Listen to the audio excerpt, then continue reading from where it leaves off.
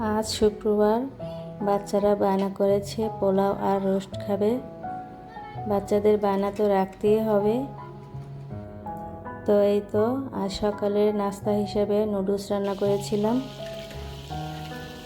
Noodles দিয়ে সকালের নাস্তা শেষ করে চলে এলাম দুপুরে রান্না করতে।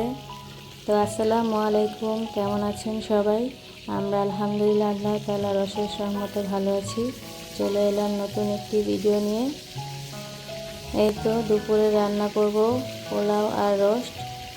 এর জন্য আমি পোলাওটাকে পেঁয়াজ ভেজে এটার মধ্যে আদা রসুন গরম মশলা দিয়ে পোলাওর চালটাকে ভালো করে ভেজে নিয়েছি।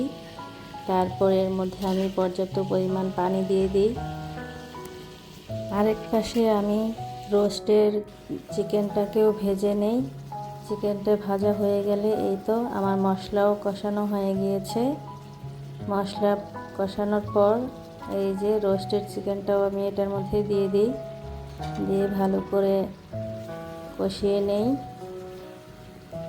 এটার মধ্যে আমি পেঁয়াজ প্রথমে ভেজে নিয়েছি, তারপর সব ধরনের মশলা যা যা রোস্টে দিতে হয় সব কিছুই দিয়েছি। টক দই, রোস্টের মশলা, আরও যা যা লাগে সব কিছুই দিয়েছি।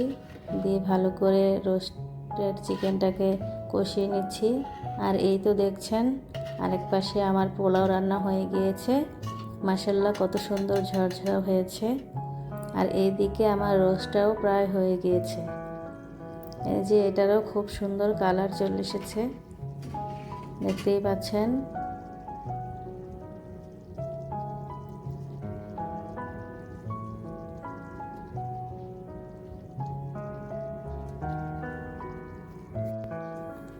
হ্যাঁ, তো সব রান্না শেষ করে টেবিলে সাজিয়ে নিয়েছি। আর আমার হাতের বানানো কাবাবও ভেজে নিয়েছিলাম। তো এই তো বাচ্চাদেরকে এখন পরিবেশন করে দিব।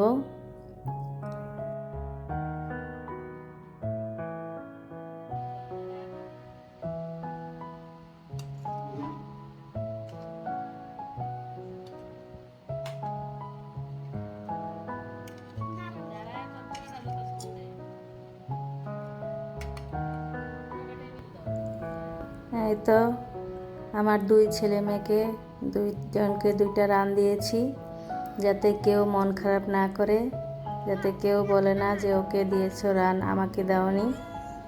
এই জন্য দুজনকেই সমান সমান করে দিয়েছি। আমার কাছে ছেলে আর মেয়ে দুজনই এক সমান। তো ছেলে সালাদ খায় না, এর জন্য ওকে সালাদ দিইনি। আর মেয়েকে দেখুন সুন্দর করে প্লেটটা সাজিয়ে দিলাম। এই পর্যন্ত যারা কষ্ট করে আমার ভিডিওটি দেখেছেন তাদেরকে অনেক ধন্যবাদ। যদি আমার ভিডিও ভালো লেগে থাকে তাহলে অবশ্যই চ্যানেলটি সাবস্ক্রাইব করে আমার পাশে থাকবেন। সবাই অনেক ভালো থাকবেন। আসসালামু আলাইকুম।